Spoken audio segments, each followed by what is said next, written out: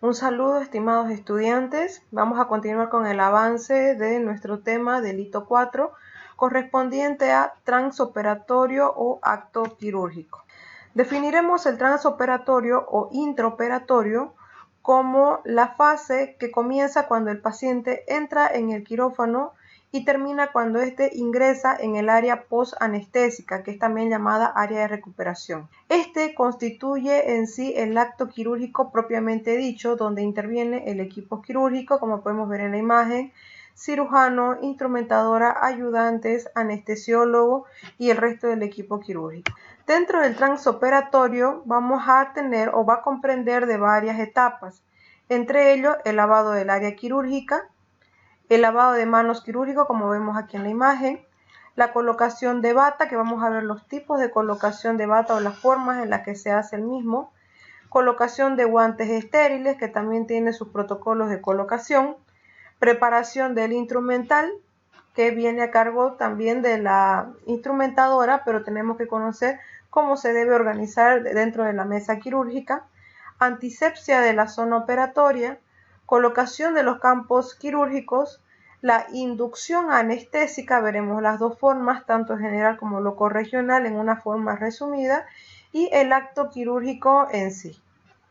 El primer paso viene a ser el lavado del área operatoria. El lavado del área operatoria elimina agentes contaminantes que pueden actuar como fuente de infección y preserva la presencia de tejido granulatorio, favoreciendo la formación también del mismo. Más que todo, permite que la piel se encuentre libre de suciedad visible previo al uso del antiséptico que vamos a usar minutos antes de la cirugía. En el lavado del área operatoria también algunas veces incluimos la tricotomía, que ya habíamos hablado anteriormente como una de las medidas habituales, donde realizamos, consiste más que todo en el rasurado de la zona.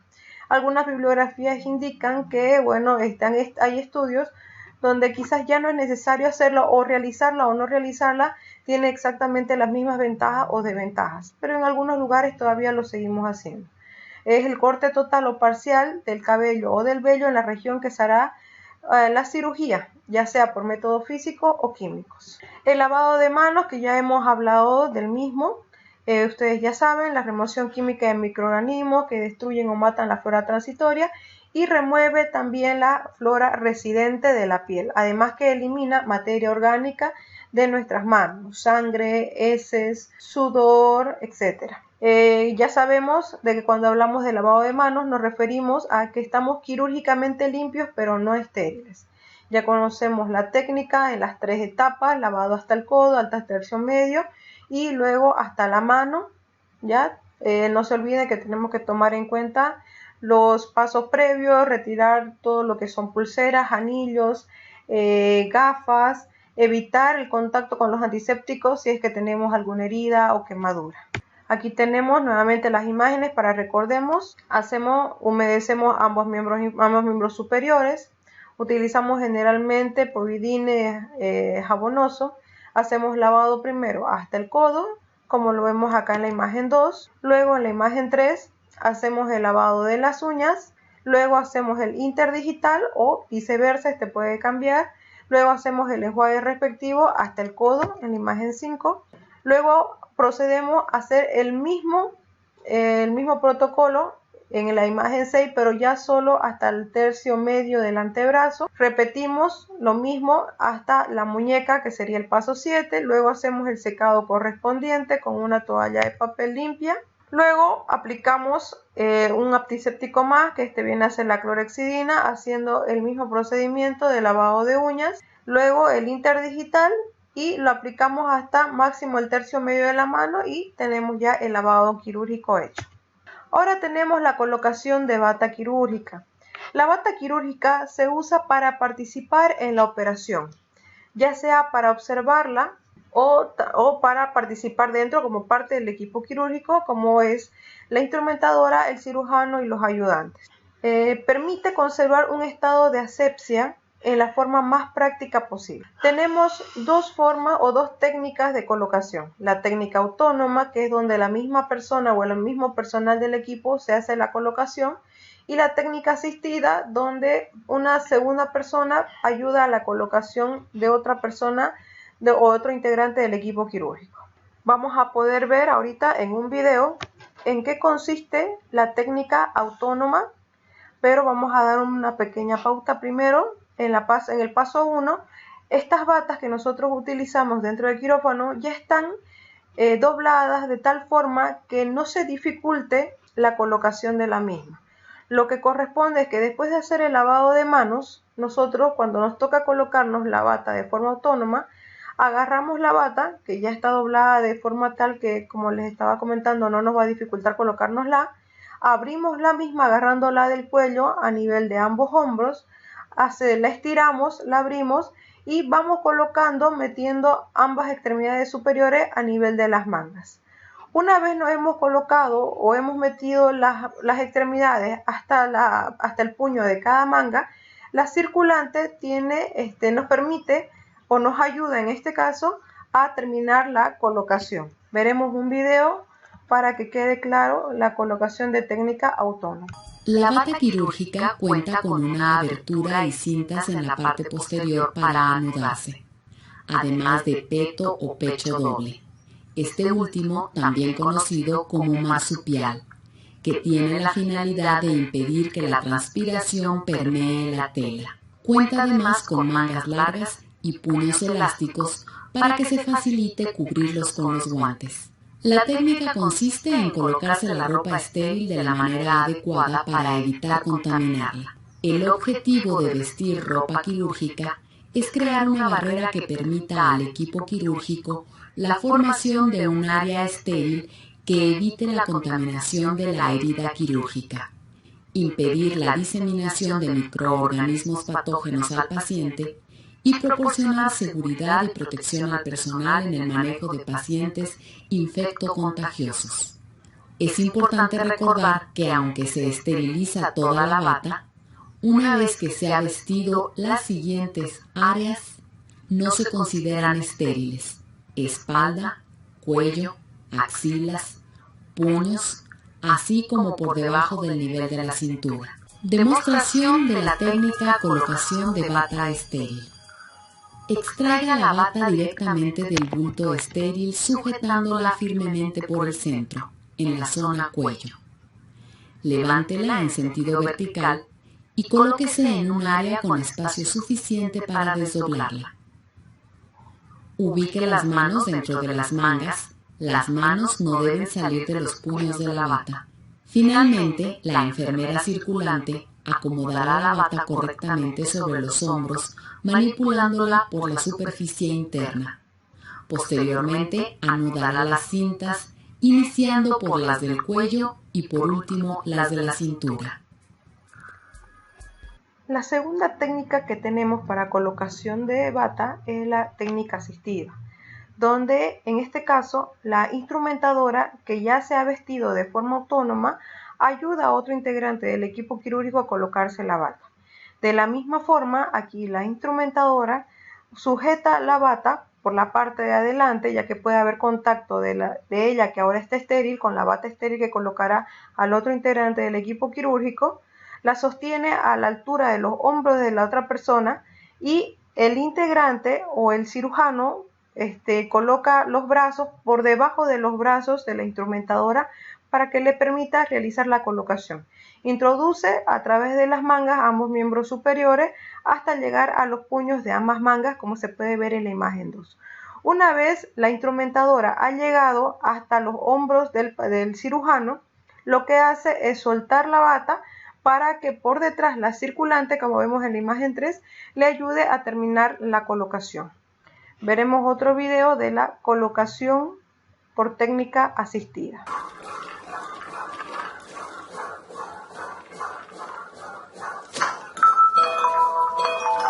En la colocación de la técnica asistida, como ustedes pueden ver, el instrumentista, previamente que ya está vestido, como dijimos, ayuda primero al secado de manos, en algunos casos, cuando no se ha realizado todavía la colocación de la clorexidina, que puede suceder en algunos lugares que no tengan la clorexidina, porque la clorexidina no es necesario secarla.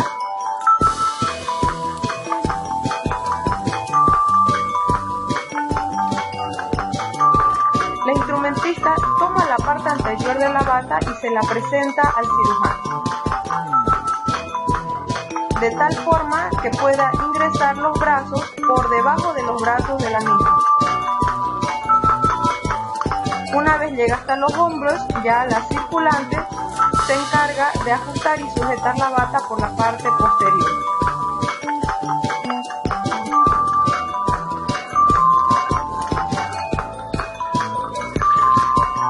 Empezando amarrando desde el cuello y luego pasamos entonces a la colocación de guantes estériles. Sabemos que los guantes estériles nos permiten proteger al equipo quirúrgico del contacto con los fluidos corporales, así también que el paciente sea contaminado en el área a intervenir por el mismo equipo quirúrgico. Los guantes estériles vienen en la mayoría en estas características, en esta presentación, con doble envase. El segundo de ellos contiene a los guantes dispuestos de tal forma que incluso nos identifica cuál es el guante derecho y el guante izquierdo. Aquí también tenemos de ciertas técnicas, en realidad 3 técnicas para la colocación de los mismos. Tenemos la técnica autónoma, que puede ser cerrada y puede ser abierta, y tenemos la técnica asistida. La técnica autónoma cerrada es aquella donde colocamos los guantes sin sacar las manos a través de los puños de la bata. Una vez nos hemos colocado la bata, como vemos aquí en la imagen A, no sacamos las manos a través del puño. Lo que hacemos es, ayudándonos con la mano dentro del puño de la bata, colocar el guante estéril primero de la mano que nos vamos a colocar. Aquí, por ejemplo, primero será la colocación de la mano izquierda. Tenemos que hay que tomar en cuenta que los guantes ya vienen dispuestos, como les estaba diciendo, para si es mano izquierda o mano derecha, y al mismo tiempo tienen un doblez del puño de más o menos 5 centímetros. El dedo pulgar debe estar dirigido hacia la misma dirección del dedo pulgar de la mano que se va a colocar. Con la ayuda de las manos contralaterales, es decir, de la mano derecha en este caso, tenemos que tratar de desdoblar ese doblez del puño que tiene el guante y tratar de colocar el puño de la bata dentro del guante, como lo vemos acá, sin sacar las manos dentro de la bata. Una vez hemos logrado colocar el puño de la bata dentro del puño del guante, lo que hacemos es, ayudándonos con la mano derecha, estirar el guante hacia arriba o deslizar la mano hacia el guante para que ésta se vaya acomodando de tal forma que quede calzado el guante en la mano. De la misma forma, como ya tenemos una mano calzada, lo que hacemos es colocar ahora, ya con mayor facilidad, teniendo una mano libre, colocar el siguiente guante encima de la mano que falta, en este caso la mano derecha, con el guante también encima. Fíjense que aquí todavía no hemos sacado la mano dentro del puño en la imagen F.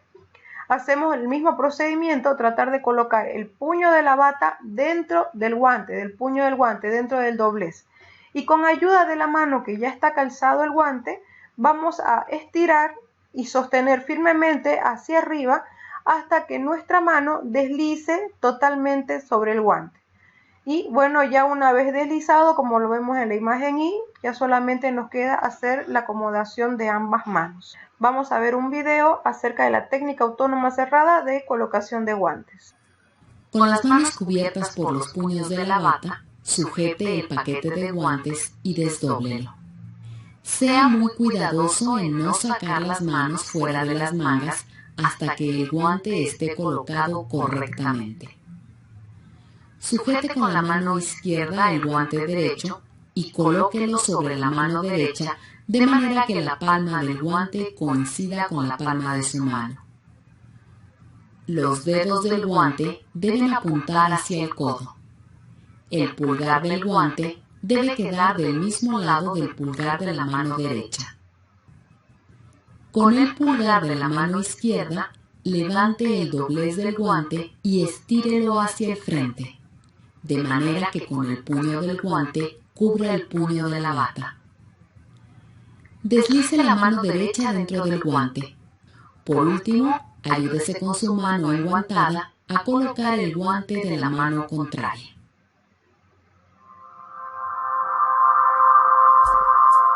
Ahora veremos la técnica autónoma abierta de colocación de guantes. Como ya habíamos dicho, en general esta es la presentación en la que vienen los guantes estériles. Cuando nosotros abrimos el segundo empaque, ¿ya? Vemos ambos guantes, como les estaba comentando, que están distribuidos tanto en mano derecha como mano izquierda y tienen un doblez a nivel del puño de cada guante de más o menos 5 centímetros. Este es nuestro paso 1, la apertura del paquete. En el paso número 2, lo que hacemos es agarrar con una de las manos, en este caso la mano izquierda, vamos a calzar primero la mano derecha, esta parte del doblez del puño del guante, para tratar o permitir que la mano derecha, que es la que vamos a calzar primero, pueda introducirse y deslizarse a través del guante.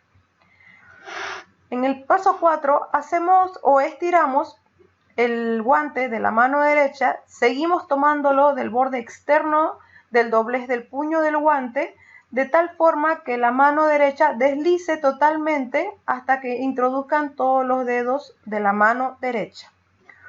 En el paso 5, una vez ya hemos calzado la mano derecha, lo que hacemos es introducir o ayudarnos a través o por medio o por debajo del doblez del guante de la mano izquierda para, veamos en el paso 6, ayudar en la colocación. Aquí, por ejemplo, la mano derecha está introduciéndose por delante o por debajo del borde o del doblez que tiene el guante para la mano izquierda para ayudar a la mano izquierda a deslizar el guante también. Como ustedes pueden ver, una vez introduce los dedos de la mano izquierda, la mano derecha sostiene firmemente también, estirando el guante hacia los codos para que la mano izquierda pueda lograr introducir, de tal forma que queden calzados también ambas manos con los guantes estériles. Veremos un video para que quede claro la colocación de técnica autónoma abierta. En la técnica abierta sacamos el primer empaque del guante, como pueden ver ahí, como les comenté, generalmente viene con 2 empaques. El segundo empaque se debe abrir totalmente, donde vamos a evidenciar los guantes en las posiciones derecha e izquierda y con el doblez. Tenemos que tratar de evitar de contaminar.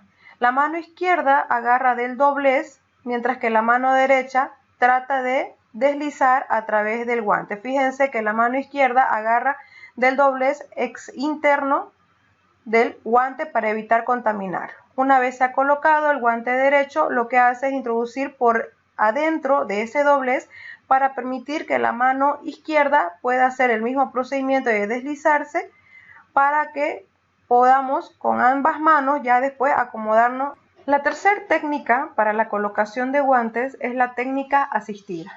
En la técnica asistida, en este caso, que vendría a ser la instrumentadora u otro integrante del equipo quirúrgico, ayuda o permite la colocación del otro integrante del equipo quirúrgico a colocarse los guantes. En este caso, por ejemplo, la instrumentadora lo que hace es abrir el guante para que el cirujano solamente introduzca la mano. Se debe colocar generalmente con el dedo pulgar dirigido hacia la parte interna, ¿ya? Y colocar. Lo único que hace el cirujano o los ayudantes en este caso es introducir la mano, mientras que la instrumentadora jala también el guante o lo desliza hacia arriba, mientras que el cirujano desliza hacia abajo del guante. Como podemos ver aquí en la imagen 3, la instrumentadora le presenta el guante, el cirujano coloca la mano y la introduce y la desliza hacia abajo, mientras que la instrumentadora la desliza hacia el codo. En el caso 4, en el paso 4, el guante que ya está calzado, que ya está estéril, ayuda para que la colocación del siguiente guante sea un tanto más fácil, colocando o estirando, fíjense como en esta parte, con el dedo índice para ayudar a la apertura. Pero de la misma forma se hace la colocación, se introduce y la instrumentadora desliza hacia el codo de ese miembro superior. Y de esa forma tenemos ambas manos calzadas. Veremos un video también para que quede claro la técnica de colocación asistida de guantes estériles. La instrumentadora sujeta el guante, fíjense, con el dedo pulgar de forma interna. Generalmente primero se hace la colocación de la mano izquierda. el cirujano solamente empuja hacia abajo mientras que la instrumentadora empuja hacia el codo. De la misma forma, la mano derecha, la instrumentadora ayuda con la apertura, el cirujano introduce la mano y la instrumentadora desliza hasta el codo. Si quedara algún defecto en la colocación, ya el mismo cirujano se acomoda. Entramos ahora a otra etapa del transoperatorio que consiste en la preparación del instrumental. El instrumental, vamos a hablar de dos tipos de mesas. Tenemos la mesa de Mayo y la mesa de riñón. La mesa de Mayo es aquella mesa más pequeña que generalmente está más cerca del instrumentador y del equipo quirúrgico, que contiene el instrumental que se va a utilizar inmediatamente. En general, esta viene organizada de acuerdo a la clasificación del instrumental quirúrgico. Así tenemos que dentro de la mesa de Mayo vamos a encontrar material de corte, como es bisturí y tijeras. Tenemos instrumentos o pinzas de hemostasia, que son principalmente las pinzas Kelly. Tenemos material de tracción, por ejemplo las pinzas Babcock, las pinzas Hallis. Tenemos material de sutura, aquí tenemos nuestro portaagujas de Hegar, tenemos nuestras suturas. Tenemos nuestro recipiente con gasas que vamos a utilizar, que obviamente y previo a cada cirugía la instrumentadora lo que debe hacer es hacer el recuento total de las gasas, recuento total de sus compresas y recuento total de su instrumento. Porque al final de la cirugía debe hacer un nuevo recuento y debe empezar y terminar con el mismo conteo con el que inició. Tenemos los instrumentos de disección y separación, los separadores de Farabeus, las pinzas de disección, las anatómicas con y sin dientes. Y bueno, también podemos tener otro tipo de instrumentación especial dependiendo de la técnica quirúrgica, como podemos ver aquí en la mesa. Luego tenemos la mesa del riñón, que como dice su nombre es una mesa más grande que tiene forma semicircular, como lo ven aquí en la imagen. Es una mesa auxiliar que se cubre también con campo estéril, similar también a la mesa de Mayo que también se cubre con campo estéril. Aquí nosotros colocamos o la instrumentadora coloca equipos o instrumentos estériles que no son de uso inmediato. El acomodo de esta mesa va a depender del criterio del cirujano y de la experiencia del instrumentista. Pero en general aquí más o menos les pongo una división de cómo es lo que hace su organización de la mesa del riñón la instrumentadora. En uno de los extremos puede colocar sus gasas, sus agujas, bisturí, sondas. Aquí colocamos los instrumentos de fijación, por ejemplo las pinzas de Backus, los instrumentos de corte, tijeras, bisturís, instrumentos de hemostasia, instrumentos de tracción, instrumentos de separación, instrumentos de reparación o síntesis o de sutura. Podemos colocar también las palanganas, que son las fuentes un poco más grandes cuando necesitamos hacer lavados quirúrgicos. Y bueno, también en el otro extremo podemos colocar campos que vayan a ser necesarios o guantes que vamos a utilizar. Aquí, por ejemplo, podemos ver la preparación del instrumental. Aquí tenemos nuestra mesa del riñón, que es más grande, instrumental que todavía no se va a utilizar. Y acá en el fondo, cerca o sobre los pies del paciente, tenemos la mesa de Mayo, que acá tenemos una foto más cerca, donde tenemos el material de uso inmediato, lo que va a utilizar el cirujano y que la instrumentadora debe pasarle en forma inmediata durante el acto quirúrgico. Ahora hablaremos de antisepsia de zona operatoria. Es la técnica empleada para impedir que los microorganismos se establezcan en el paciente. Para la antisepsia de zona operatoria, en general, nosotros utilizamos povidine yodado para hacer el pintado. O sea, la antisepsia de la zona operatoria no es más que el pintado que nosotros hacemos. Generalmente utilizamos de 3 a 4 gasas para realizarlo y utilizamos una pinza Forester, que es también llamada pinza aro, para ayudarnos a hacer. Necesitamos un pocillo con el antiséptico y la gasita, como podemos ver aquí en la imagen, la gasita montada generalmente en una pinza aro. ¿Ya? Lo que tenemos que hacer es tomar en cuenta las 4 reglas fundamentales. En general, hacer la limpieza de lo limpio a lo sucio, de arriba hacia abajo, de lo distal a lo proximal y del centro a la periferia. Veremos un video para que tengan en cuenta cómo se hace la antisepsia de zona operatoria. Aquí, por ejemplo, vamos a tomar en cuenta como si se va a realizar una cirugía del antebrazo.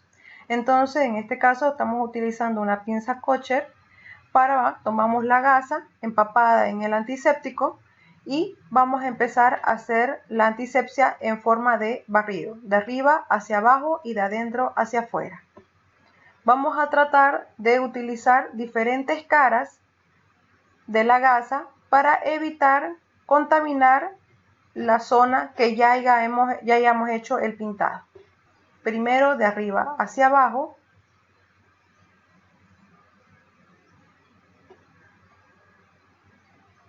Cambiamos de cara y nos vamos alejando del centro a la periferia.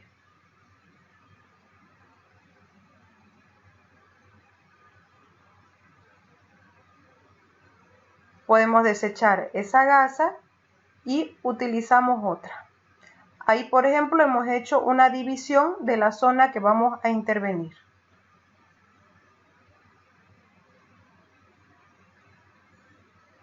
Tomamos una nueva gasa, la podemos exprimir un poco dentro del envase para eliminar el residuo y hacemos el mismo procedimiento, de arriba hacia abajo,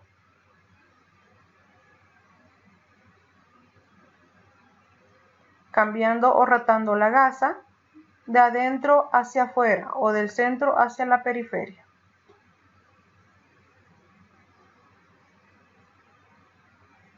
De la misma forma podemos desechar esa gasa y repetir el procedimiento con el resto de gasas que nos sobran.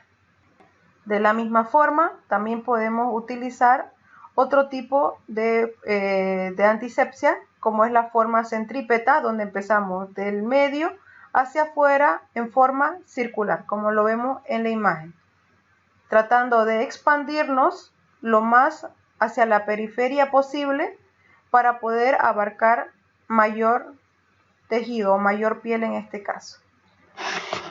Una vez realizado la antisepsia, pasamos al siguiente paso, que es la colocación de campos quirúrgicos. Los campos quirúrgicos son aquellas telas estériles que sirven para cubrir al paciente y permite solo que quede expuesta la parte o la zona que vamos a intervenir quirúrgicamente. ¿Cuáles son las funciones de los campos quirúrgicos? Primero es que principalmente va a contener la contaminación o diseminación de infecciones. Va a permitir separar zonas estériles de las zonas que no están preparadas que no están estériles o que no están preparadas, y va a proteger al equipo quirúrgico de las infecciones que provienen del paciente. Así también va a prevenir las infecciones que nosotros podamos pasarle al paciente. En general contamos con 5 campos. Un campo o una sábana de pie, que es el campo podálico, que lo vemos acá, que es el que se coloca primero. Luego tenemos la sábana, tomando en cuenta de que esta sea una cirugía de abdomen, para que quede más claro, ya colocamos primero el campo podálico. Luego tenemos la sábana cefálica o el campo cefálico, que es el que lo colocamos hacia arriba del paciente. Y luego colocamos los campos laterales. Primero se coloca el campo lateral del lado del cirujano. Imaginemos que el cirujano va a ir al lado izquierdo. Este vendría a ser el campo número 3. Y luego el campo lateral del ayudante, que vendría a ser el campo número 4. Dejando expuesta la zona que vamos a operar. Generalmente tenemos las pinzas de Backaus, que son las pinzas de campo, que son aquellas que nos permiten o que no van a permitir que estos campos se deslicen o que caigan.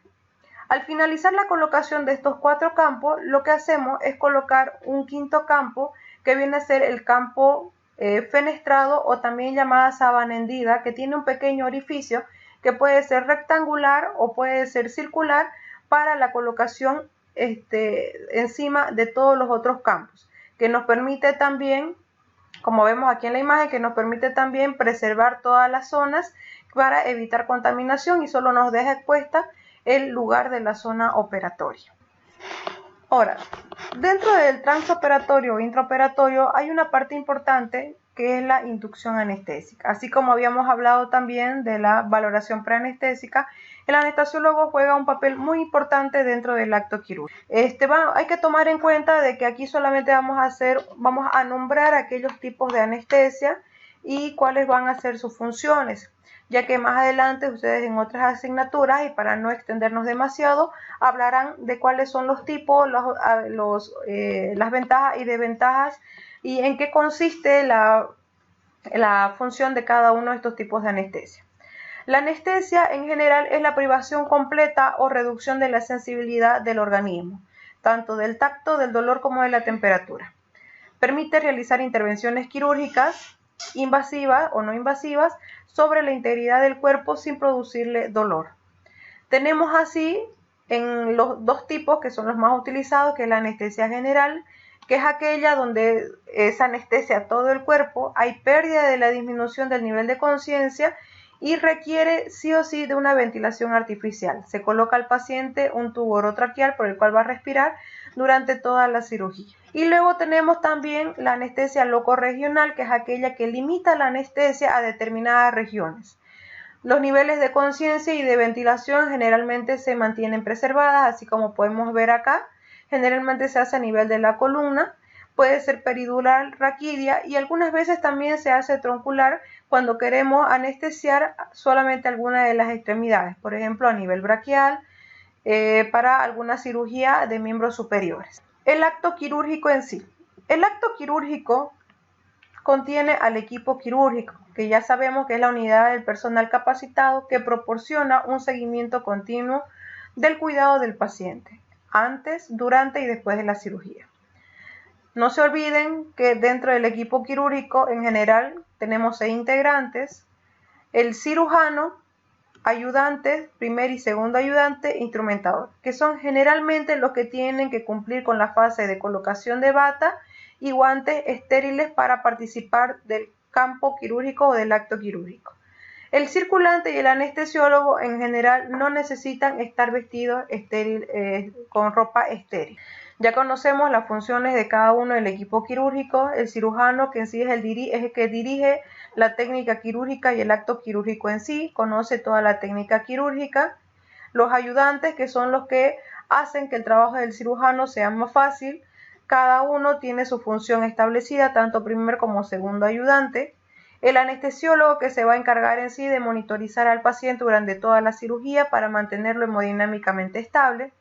El instrumentista, que es el que se va a encargar de la acomodación u organización de todo el instrumental y el conteo de gasas y compresas y obviamente todo el instrumental, tanto al principio como al final de la cirugía, y debe atender primero al cirujano y luego a los ayudantes. Y por último la circulante, que es la que va a ayudar tanto en la colocación de las batas al resto del equipo quirúrgico y va a atender al instrumentista, a los mismos ayudantes y cirujanos y también al anestesiólogo. Dentro del acto quirúrgico nosotros tenemos que saber que existen posiciones quirúrgicas, dependiendo de la técnica quirúrgica a realizar. Las posiciones quirúrgicas son las formas en las que se debe colocar al paciente sobre la mesa de operaciones con el fin de que sea sometido al tratamiento o intervención quirúrgica. ¿Por qué es importante colocar al paciente en las diferentes posiciones? Una, para mantener adecuado funcionamiento y equilibrio del sistema circulatorio, puesto que si nosotros colocamos al paciente en una mala posición durante el acto quirúrgico, como vamos a estar prácticamente concentrados durante la técnica quirúrgica, durante la cirugía, y el anestesiólogo en mantener hemodinámicamente estable al paciente, a veces olvidamos que ciertos paquetes vasculonerviosos pueden quedar comprimidos y al final de la cirugía podemos tener complicaciones. Una buena posición quirúrgica nos va a permitir mantener el sistema respiratorio, urinario y musculoesquelético también en buenas condiciones. Nos permite proporcionar seguridad y comodidad al paciente, porque al finalizar la cirugía, si el paciente no estuvo en una posición cómoda, generalmente presenta quejas de lugar o adormecimiento en esa zona. Facilita la exposición del área quirúrgica al cirujano. Eso es muy importante, ya que la posición del paciente va a permitir que la técnica quirúrgica sea más fácil o más dificultosa. Permitir la monitorización del paciente por el anestesiólogo. En general, nosotros tenemos que tener en cuenta que cualquier posición que coloquemos al paciente, la vía respiratoria y la monitorización del paciente durante la cirugía para el anestesiólogo no debe ser afectada. La mesa quirúrgica es indispensable que logre una posición correcta, Para eso y actualmente tenemos mesas quirúrgicas que tienen la facilidad de colocar al paciente en diferentes posiciones debido a las articulaciones con las que ya vi. Aquí, por ejemplo, tenemos algunas posiciones quirúrgicas básicas, entre ellas posición supina o decúbito dorsal, donde tenemos al paciente totalmente acostado de forma transversal en la camilla. Generalmente lo usamos en cirugía abdominal, cirugía de cara y cuello y cirugía de tórax. Tenemos la posición de Trendelenburg, que es muy utilizada, donde la cabeza o la mitad superior del paciente se dirige hacia abajo, mientras que los miembros superiores están hacia arriba, en una posición diagonal. Generalmente para cirugía abdominal inferior y de pelvis. Tenemos la posición de Trendelenburg invertida, que es similar a la anterior, solo que en este caso todo lo que es el tronco o la hemicintura superior hacia arriba está levantada, mientras que los miembros inferiores están hacia abajo, de la misma forma también diagonal. Generalmente se utiliza para cirugías de vías biliares y cirugía gástrica. Tenemos la posición de litotomía, donde ambas piernas están separadas y ayudadas con algunos apoyadores para que quede expuesta la zona quirúrgica. En este caso, por ejemplo, la cirugía urológica, proctológica y también en los partos. Tenemos la posición prona o decúbito ventral, donde el paciente está totalmente en decúbito ventral, como podemos ver, en forma transversal. Generalmente se utiliza para cirugía torácica superior, para piernas, columna, cóccix y en alguna cirugía neurológica. Posición en decúbito lateral, como pueden ver, también está totalmente transversal en decúbito dorsal, pero en forma lateral, ya sea derecha o izquierda, dependiendo de la zona que se va a operar. Por ejemplo, cirugía torácica, ya sea pulmón derecho o izquierdo, cirugía renal, riñón derecho o izquierdo, o también cirugías ortopédicas, dependiendo del miembro, tanto superior como inferior, que se vaya a intervenir. Luego tenemos otro tipo de posición quirúrgica, como es la posición de Fowler, que es la posición semisentada, como podemos ver acá. Puede tener variantes, puede ser de 30 grados, 45 grados y 90 grados. Generalmente se utiliza para cirugías cervicales, las craniotomías posteriores, de cara, de boca, de hombro y también en algunas cirugías de mama. Ahora, dentro del acto quirúrgico, otro punto importante son los tiempos quirúrgicos, que va a ser la serie de pasos que suceden una a otra en forma ordenada, por lo que se llaman tiempos fundamentales en la técnica quirúrgica. El primer tiempo viene a ser diéresis o corte, el segundo tiempo, que es hemostasia, luego tenemos la disección y separación. Aquí en el acto quirúrgico principal va a depender de la técnica quirúrgica a realizar dependiendo de cada especialidad, y por último la síntesis o sutura. La mayoría de los actos quirúrgicos siguen esta serie de pasos sucesivos para cada acto quirúrgico. El único fundamentalmente el que cambia es el cuarto paso, dependiendo de la especialidad o el lugar que se está interviniendo. El primer paso, que viene a ser diéresis o corte, es la sección metódica o controlada de las partes blandas subyacentes al órgano a abordar. Aquí, como ya habíamos hablado anteriormente, tenemos los dos instrumentos que son representantes de esta fase, que es el bisturí y las tijeras. Aquí vamos a ver los tipos de incisiones. Dependiendo del tipo de incisión, vamos a clasificarlos según su dirección y según su trazo. Según su dirección podemos tener incisiones de tipo longitudinal, que son aquellas que siguen el eje mayor de una extremidad. Tenemos las transversas, que son perpendiculares al eje recto, y las diagonales. Según su trazo podemos tener las arciformes o semicirculares, que son aquellas en forma de arco. Tenemos las mixtas, que generalmente son en forma de S. Tenemos las curvas, que son un poquito más pronunciadas que las semicirculares. Y por último tenemos las fusiformes, que tienen forma de uso. Aquí tenemos algunos ejemplos. En la imagen 1 tenemos la cirugía de Kocher o la incisión de Kocher, que generalmente es la que se utiliza para cirugía de vesícula biliar, en las colecistectomías convencionales o cirugía hepática. Tenemos la número 2, que generalmente son las cirugías medianas. Esta es la incisión longitudinal. Tenemos que tomar en cuenta cuando hacemos una incisión mediana el ombligo. Generalmente toman la parte media. Las que están por arriba del ombligo se denominan incisión mediana supraumbilical, y las que están por debajo del ombligo, incisión mediana infraumbilical. Cuando es una incisión de este tamaño, en general lo llamamos incisión supra-infraumbilical. Tenemos aquí en la tipo 3 la incisión de tipo McBurney, que es la que generalmente utilizamos para apendicectomías o para alguna cirugía de lo que corresponde a cuadrante inferior derecho. Puede ser también de anexo, una cirugía ginecológica. La 4, que es la incisión de Butler, que ya casi no se utiliza. Tenemos la 5, que es la incisión de Lange, similar también a la incisión de Rocky Davis para cirugía de apéndice. Tenemos la incisión 6, que es la paramediana, que en general las incisiones paramedianas ya no se utilizan porque son muy eventrógenas, que quiere decir eso, que produce bastante hernia, entonces ya últimamente no se la realiza. Tenemos la incisión transversal, que está número 7, que es también llamada incisión en boca de horno, generalmente la utilizamos en cirugía de páncreas.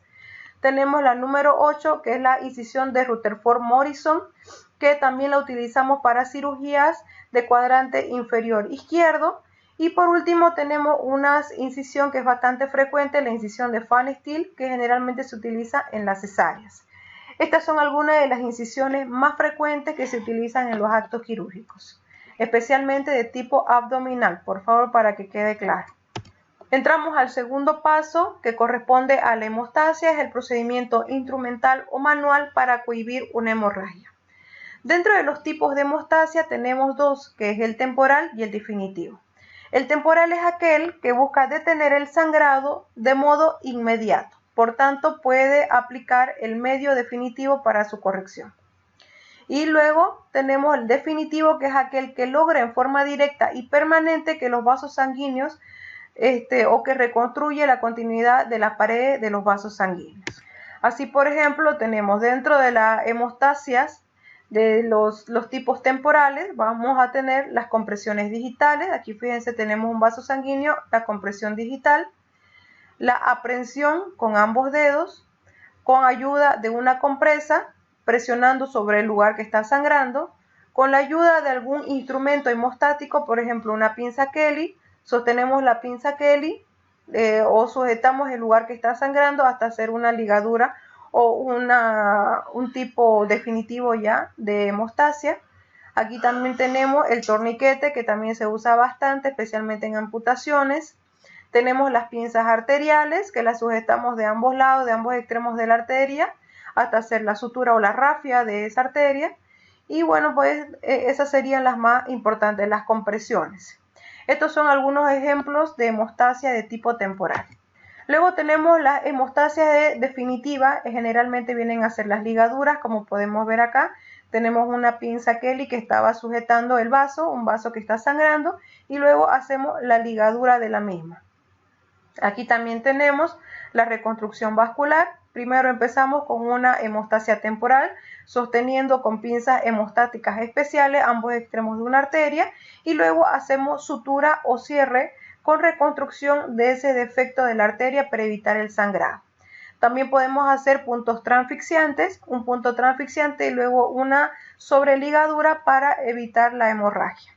Luego tenemos las torsiones de vaso también de pequeño calibre, que son muy efectivos para las hemostasias definitivas. Tenemos las grapas, que generalmente son de titanio, que se pueden quedar en el cuerpo y que no pasa nada. Y por último tenemos la electrofulguración, que ustedes ya lo han visto también, que permite hacer la coagulación de los vasos por medio de energía. Estas vienen a ser los tipos de hemostasia definitiva. Luego tenemos la tercera fase o tercer paso del acto quirúrgico, que viene a ser la disección y separación.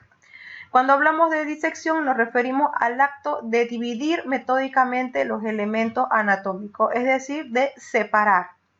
Y luego de separar metódicamente, o sea, en sí estamos hablando de liberar las estructuras que estamos operando o las estructuras que están interponiéndose por el lugar donde queremos hacer la cirugía. Luego tenemos la separación, que se refiere a separar, en este caso a exponer correctamente los tejidos para permitirnos mejores maniobras y visión más clara del campo quirúrgico. Dentro de las técnicas de disección vamos a tener dos. Tenemos la técnica Roma y la técnica digital. La técnica Roma es aquella cuando el tejido conectivo es laxo y la separación de los elementos anatómicos se puede hacer con algún utensilio redondeado.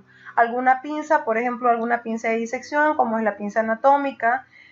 Podemos usar también el cabo del bisturí, que tiene forma Roma, que nos puede ayudar a la separación. Y también tenemos la disección digital, que es llamada la disección manual, que es donde utilizamos maniobras manuales o digitales, como podemos ver aquí en la imagen, para poder separar los tejidos que están interponiéndose en el área quirúrgica a operar. Luego tenemos la separación, que como ya lo habíamos visto, nos permite una buena exposición del campo quirúrgico, como ya lo habíamos visto también respecto a los instrumentos. Tenemos dos tipos, manual o activo, que vienen a ser donde intervienen algunos instrumentos dinámicos. Puede hacerse también con exposición con las manos, protegiendo con compresas húmedas, o utilizamos algunos instrumentos como por ejemplo las separadores suprapúbicas, los separadores de Faraday. Y luego tenemos la separación autoestática, donde utilizamos dos ramas articuladas con un sistema de fijación mecánica, que ya lo habíamos hablado también anteriormente, los instrumentos de separación autoestática, como por ejemplo aquí el finoquieto. Aquí tenemos finoquieto autoestático, y aquí por ejemplo tenemos el Diver, que es otro tipo de separador dinámico, y acá tenemos un Faraday, que es otro tipo de separador dinámico, que nos permiten hacer una exposición manual o activa. Y por último, llegamos al quinto paso. Tomen en cuenta que el cuarto paso no lo vemos porque ya corresponde a la técnica quirúrgica en sí de cada especialidad, que eso lo verán en asignaturas más adelante en la carrera. Ahora nos toca enfocarnos más que todo a lo que corresponde a técnica quirúrgica. El último paso, que viene a ser la síntesis del acto quirúrgico, que es la sutura, es la maniobra quirúrgica que consiste en aproximar los tejidos para fijación óptima hasta que complete el proceso de cicatrización. Aquí intervienen, como ustedes ya saben, el portaagujas, generalmente el portaagujas de Egar, las suturas en sus diferentes presentaciones, absorbible, no absorbible, monofilamento, polifilamento, y las agujas, que ya habíamos hablado también con sus características. Es aquí donde aplicamos ya los diferentes puntos de sutura, los puntos simples, los puntos colchoneros horizontales o la sutura intradérmica, dependiendo de qué es lo que se ha operado. Bueno, eso sería todo. Muchas gracias.